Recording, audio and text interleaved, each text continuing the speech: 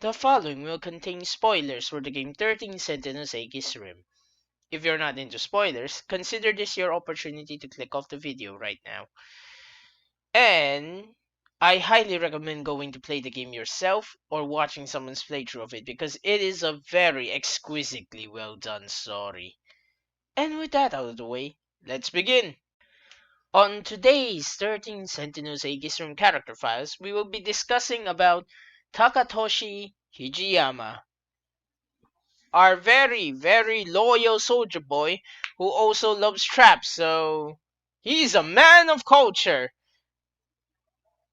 that tries to deny he's a man of culture. Let's begin. As per our standard operating procedure or modus operandi, we will be starting with the 22nd century, year 2188 version of Takatoshi Hijiyama. The 2188 Takatoshi Hijiyama was in a romantic relationship with Sakasa Okino. He murdered Juro and, mind you, also three other people, as revenge for Okino's death during the shootout. Now, this is merely conjecture, but I'm fairly sure Okino was shot to death on accident. Because, as Hijiyama's log states, he actually kind of does regret killing them. And the only reason that he even did kill Juro and his supporters, all three of them, were because, well, they still killed Tsukasa even if it was by accident. However, Hijiyama also shows a great anger at Nenji, blaming him for everything happening. In his own words, that damn Ogata, he and his cronies brought guns with him to the meeting. Because, yeah, the one who instigated the conflict was Nenji Ogata, Ryoko Shinonome, and Ida Tetsuya. Because, well, the two of them were his cronies. They brought guns because they wanted to force the decision to be made to continue life support instead of pulling the plug on it. Due to the actions of Renya Goto hiring Eiseki Gahara, the explosion of the power plant meant that there was little energy left to distribute. So, their choices were between the life support system or ensuring the success of Project Art so that humanity doesn't completely die out or go extinct. Though Hijiyama and Tsukasa both supported and were for the life support being continued, they wanted to reach a consensus, a peaceful one. Sadly, Nenji, Ryoko, and Ida did not share the same sentiments. The most likely scenario that occurred was that Juro, being a trained combatant, tried to wrestle the gun off of Nenji's hands, and successfully did so. However, the safety was most likely off because at that point in time, Nenji, Ryoko, and Ida weren't gonna go peacefully. They definitely were aiming to force the decision in their favor, even if it required to kill half of the other remaining humans. Because, mind you, this was at the point that only 10 humans were left in the entire colony, meaning only 10 people for all of humanity's population. Anyway, the safety was off, and during the ensuring wrestling match, they probably accidentally shot it, pulled the trigger, and killed Tsukasa. Hijiyama is one of the most easily understandable character in the entire game. His log, though few and far in between, show a lot of his character in a very clear manner. Hijiyama is stern, but also very dedicated to the people he cares about. To such a degree that, as stated before, he went on a murderous rampage because Juro killed Tsukasa, whether accidental or not. The spark of anger and, well, bloodthirsty desire for vengeance drove him. He was also in a relationship with Tsukasa Okino. Yes, All of you Fujoshi, enjoy yourselves. Because they are a legitimate Yahweh pairing, both in 2188 and in the third loop. So, enjoy!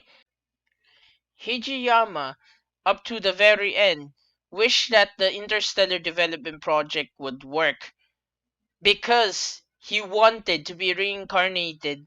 He hoped so desperately that if reincarnation, or in this case, the nano machine cloning reincarnation that the Interstellar Development Project, or Project Art, was planned to work out as, he wanted to become someone that could be able to stand by Tsukasa Okino's side and protect him from everything, as well as no longer have to kill his own friends, which shows that he regretted immensely murdering Joro, which only adds to the possibility of the shooting of Tsukasa being completely accidental.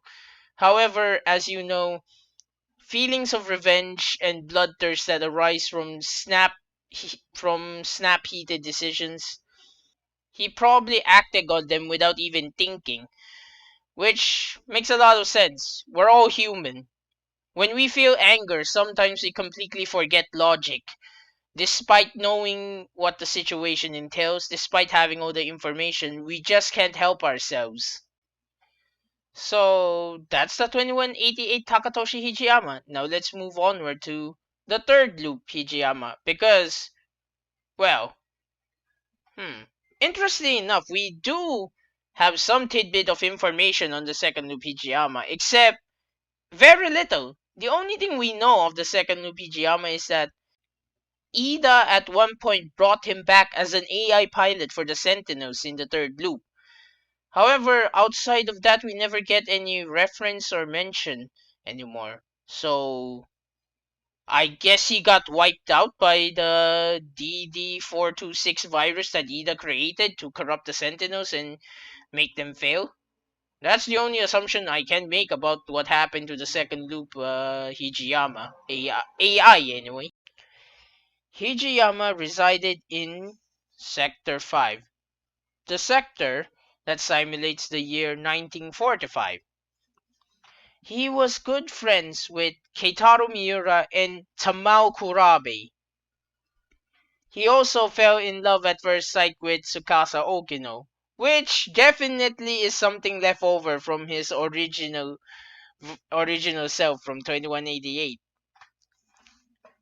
Though Okino showed himself as a girl named Kiriko Doji at that point in time because he needed a disguise to integrate himself into the era without raising suspicions.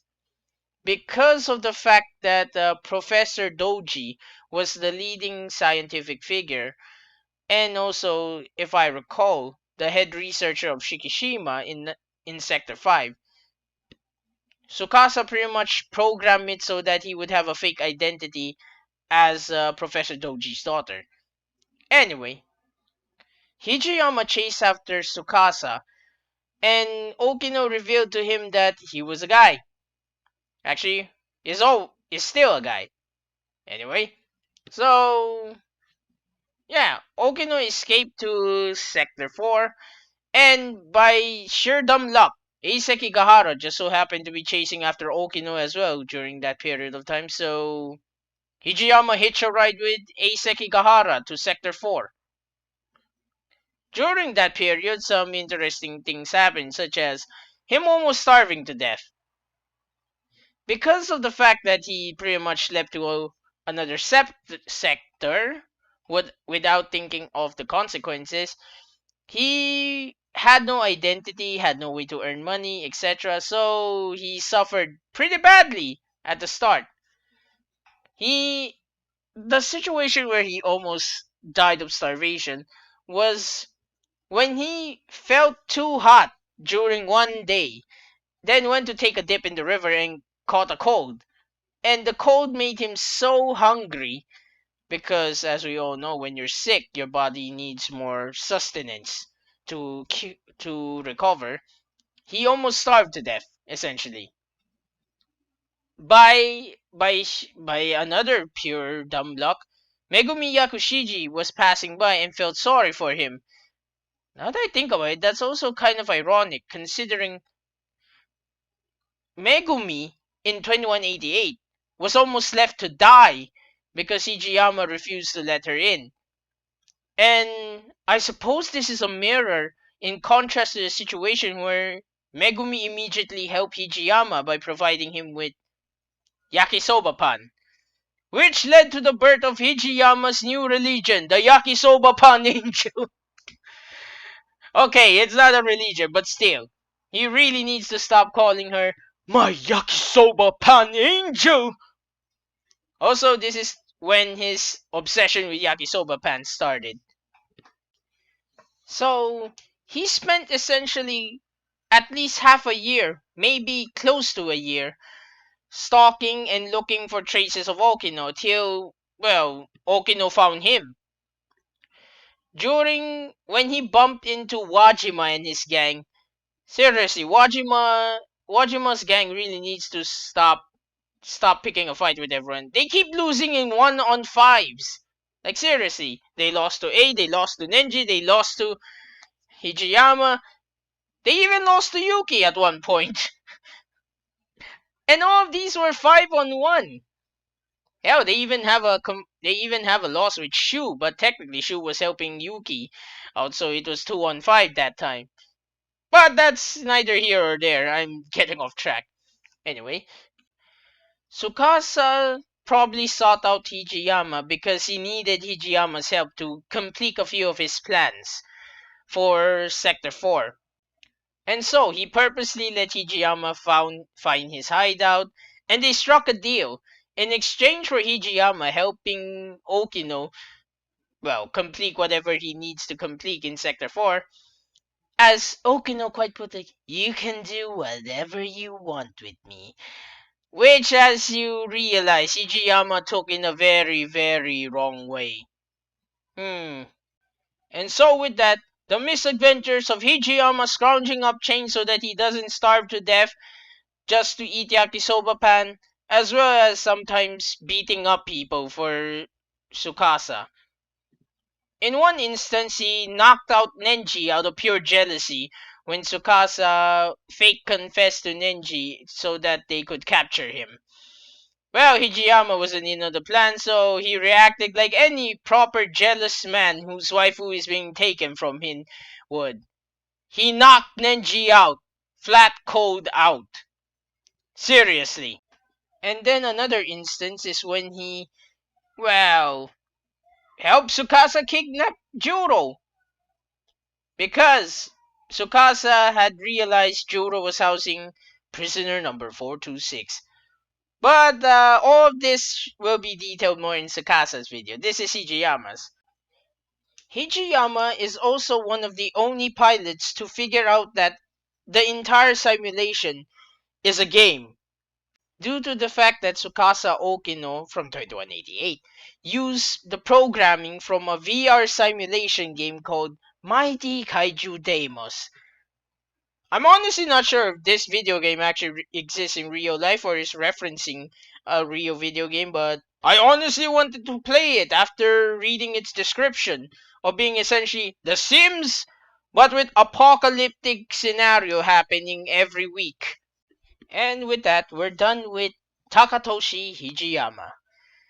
Next time on 13 Sentinel Aegis Rim Character Files, we will be discussing Hijiyama's arch rival nemesis, good friend? Question mark? Nenji Ogata. And with that, this video is done. I sincerely thank you for watching. Please do leave a like, comment, or subscribe if it would please you anyway. And hopefully I'll see you again next time in my other videos. With that, I bid you a fond bye.